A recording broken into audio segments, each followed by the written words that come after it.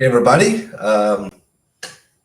still in the afterglow of the season two finale, and thought I'd share a few of my reactions, but also reactions that I've seen online. A lot of which were who sat on the remote, which immediate clue they have not read the books.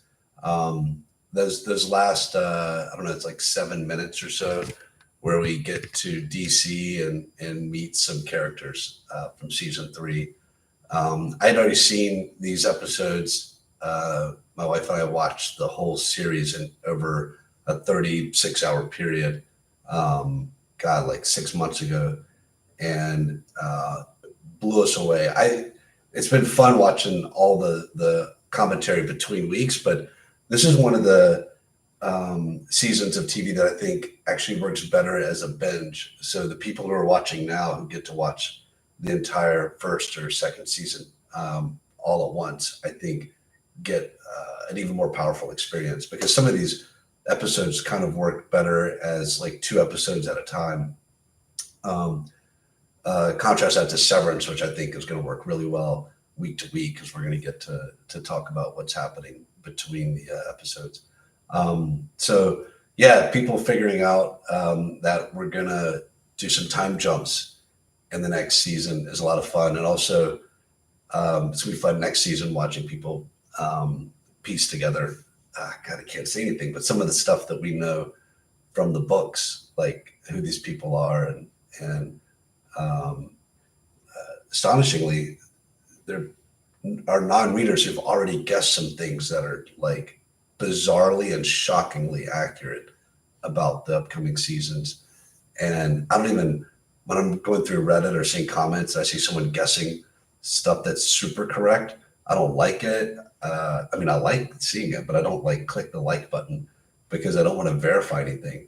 And now that you know that, anything I don't like, you might think is verified. But yeah, there's some crazy theories out there, and some people are getting things correct. I think that's pretty interesting. Um, and then noticing some details that like people are zooming in on what magazines say. People decoded Quinn's Code like day one. That episode came out on a Thursday where they just flashed the code on the screen, and someone had decoded the whole thing like that day, and that didn't. It was like 3 weeks ahead of us getting it on screen, so that was kind of cool. It's been fascinating to watch that sort of lost mentality of where people are paying attention to the details and guessing the ending before they get it. I really love seeing that, and what I love too is that unlike with Lost, we're not reacting to that. We love when people figure things out, and we're not trying to fool those people. We're creating the story that we want to tell and letting people figure it out if they want, and other people just be along for the ride. So we're not going to try to rewrite things as people come up with these amazing guesses.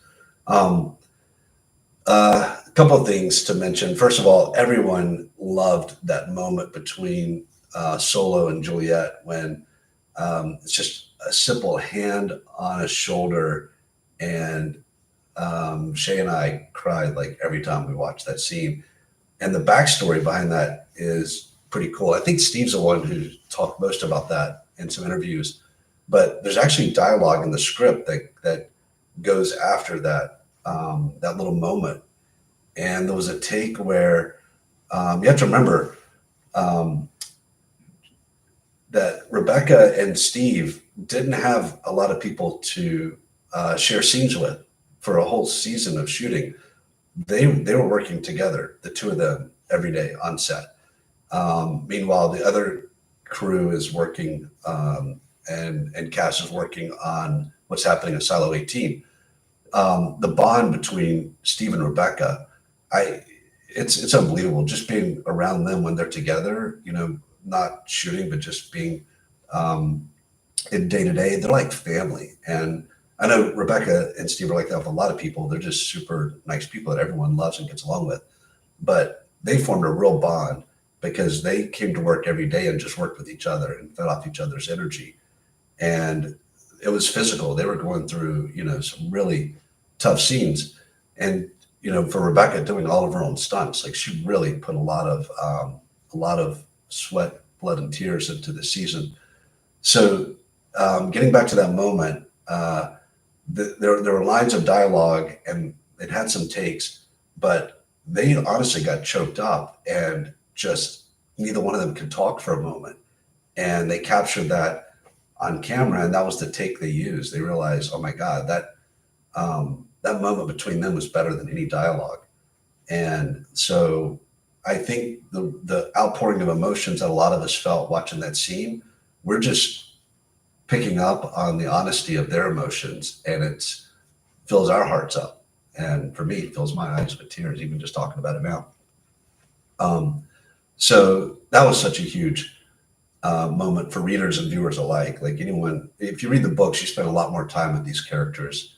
You spend a lot more time with Solo. If you've read the whole series, you get even his backstory and you see what he goes through. And man, Steve, I think he deserves an Emmy for this season of work. Like the what he pulled off, just having people who haven't read the books guess based on his performance that he went to that vault as a kid and hasn't. That kid is still locked in there. The fact that people were guessing that is a testament to what he was putting into that role. He was brilliant, and the moments between them are brilliant. There's that hand on the shoulder moment, and then there's the little Juliet goes in for a hug at the bottom of the stairs in episode 10, and Solo pulls back, and then later when he goes in for that hug, man, that tore me up in the dailies. But seeing it again on Thursday night was so rewarding and powerful. And then I think the other star this season, Tim Robbins. I've always been a huge fan of his work. He's just unbelievable. Shawshank Redemption is one of my favorite films of all time. And I don't think that movie is the same without him. The Hudsucker Proxy is one of the greatest comedies of all time. But this role, man, I've got to go back in the books and change Bernard's description to being like super tall and ruggedly handsome, because he is Bernard. Like, he embodied that character so well this season and really made you feel like, especially at the end, when he realizes and even says it out loud, like, what's all this been for? All the bad things I've done, all the sacrifices I've made. You really get this feeling that he doesn't see himself as the bad guy. And you also see that with, Juliet realizing this is what happens when there's an uprising. Like, there has to be a better way. And that's what the first book in the trilogy sets up is, it's easy for revolutions to want to tear things down, to burn things to the ground. But what do you have left after that but ashes? And the next couple of books are going to think about ways that you would prevent disaster in the long run, both what the people of our near future think about that and what Juliet and her crew think about that. So lots to look forward to in seasons 3 and 4. I see a question about season 3 from Edward here about whether it's going to flick between shift and dust or be completely shift. The way we've thought about this is Graham's idea, is to combine shift and dust into 2 seasons so that we tell both stories concurrently. I think I could have done that in the books, but it would have felt like I was just continuing the story of Wool, and I was really trying to stay away from the feeling of a book series that just went on and on and on, just this telling the same story, the same characters. Shift was a very deliberate attempt to leave Wool by itself. I think for the TV show, it makes more sense for us to bounce back and forth. So we just got used to that with going between silos 17 and 18, and now we're going to be going between what's happening in our near future in DC, and Georgia, and what's happening back in the silos. Um, and yeah, I think 2 seasons is plenty of time. I mean, I've read all the scripts. We tell the story the way it needs to be told, and can't wait for you guys to see some of these scenes where it's just a great cast of characters, and the political intrigue leading into the creation of the silos is as fascinating as the silos themselves. And there's 2 ways you can tell this, where the people in the silo figure out who the founders were and how they made things, or you get to actually watch that happen and show rather than tell. But I can't say anything to spoil it for the non-readers. But as the readers know, there's way more overlap in these stories than you might think. It's not just flashback, tell the present day story. There are interconnections that make this worth telling at the same time. Um, yeah, the people are saying Solo and Bernard. Will season 5 be the Sand series? Good question about the Sand series. They're not the same world, and we're working on Sand as a TV show separately. I always assume nothing will ever get made, but we have an amazing team and great writers. It's Steven Spielberg who's picked up Sand, and Amblin, his company, is full of the most amazing storytellers. And just when we had a meeting with them and talked about plot and character and how to shoot it and make it affordable and everything, it's just it blew us away. And all the other meetings we had, we were like, we have to go with Amblin on this. So the challenge with Sand will be getting the casting right. If we can get the right people on board, that helps a lot. But also getting the scripts where when you read them, you're like, this has to get made, and then figure out the budget. And I know that sounds simple, but that's probably the 3 steps with all of these projects. And getting them all right is very hard. And while you're doing that, there's 8 other projects that are all trying to get their pieces right. And if one of those gets theirs right, then that's what gets made. So one advantage we have is that Silo has been such a huge success, and people want more of this kind of high concept. Let's talk about the world we're living in and the kind of world we want to live in. And both of those series share that DNA. So I think there's a chance, but I know that it's a very small chance. And then, there's potential for more to be told in this world. So we'll see how Apple feels. They've already, asked me, like, what else you got? So I know there's interest. One thing I found out recently, there's a company that tracks like what is being pirated, and Silo is like the most pirated show on TV right now, which I know Apple loves, because it is a measure for signups. Like, people are signing up for Apple TV Plus because they want to see what's going on with Silo. And then that leads right into Severance, which is amazing. I hope you guys are watching that as well. And once you're on Apple TV Plus, I mean, I'm not just being a shill for a company, because I subscribe to all of them. My wife and I watch everything. But Shrinking and Mythic Quest and Severance, there's so many good shows on Apple TV Plus. For All Mankind, if you're not watching that is incredible. And especially if you're a space buff or sci-fi geek or alternate history fan. So there's a lot to catch up on there if you're just getting into Apple TV Plus.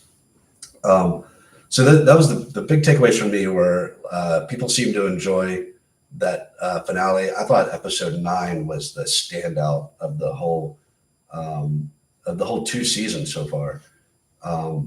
There was so much that happened and so much misdirection. Oh, the last thing I'll say, for readers who are getting so upset that nothing is going the way they think, we're deliberate about that. Like, we're trying to upset you. And the fun thing there is to have a character seem like they're diverging, and then pull them back to where they need to be at the major beats of the show. So, thinking that Lucas is like not in the show for the first few episodes.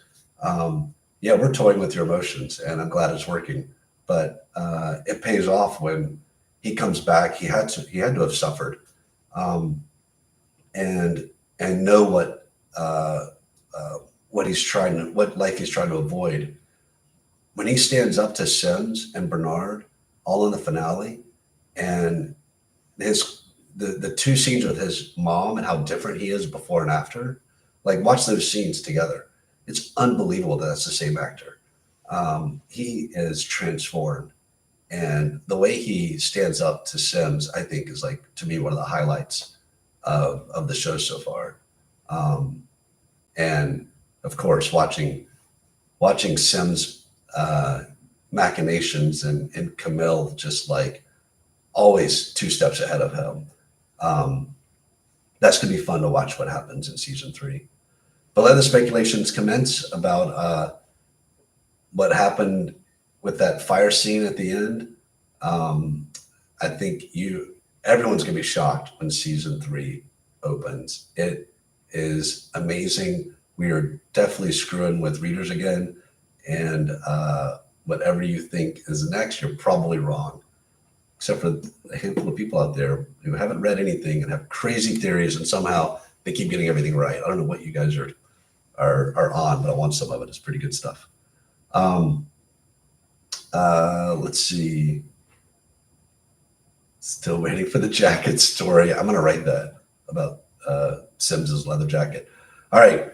I hope you guys enjoyed. It's going to be a shorter wait for season 3 because we're over halfway done filming. We don't have any strikes on the horizon to slow us down. Hopefully, no pandemics. So we are hard at work. Enjoy all the other great TV out there. Enjoy a rewatch. Go read the books, which are, I mean, I'm embarrassed to say how it's incredible that these books are still finding so many new readers all these years later. But Wool was like at number 20 in the Kindle store. All 3 books are in the top of their categories. That's heartening to see. It means a lot of people who are watching the show and want answers to more questions are turning to the books to find them. So that's awesome. So thank you so much for being along on this ride. Thank you to everybody in the Facebook group. There's a Silo series fan page, which I started back in like 2010 or something. It's just a place for my friend limit was hit because I just accept everybody on Facebook, and it hit like 5,000. I was like, oh, what do we do? And they said you can turn your page into a professional page, which I didn't want to do because it creates all this weird monetization stuff, and I didn't want it. I didn't want to be like this corporate thing, so we created just a fan page for all my stuff. And then when the TV show took off, we rebranded it to the Silo series fan page, and a couple of amazing moderators jumped in to corral the page because like we had spam and all this other stuff. And Jill and people who've kind of been with us from the very beginning, like early readers, read scripts before there were even books, are running that. Now it's like over 20,000 people in that. So big shout out to you all for all the speculation, all the great chatter, and for sharing your love of the series. It's infectious, and love spending time with you there. And I'm constantly there reading everything. I just can't respond to everything, but you probably see my little hearts that I put on stuff. But anyway, love you all. Thanks for your support. Thanks for coming out to the event in New York. We'll have more stuff coming this year, and until then, see you in season 3.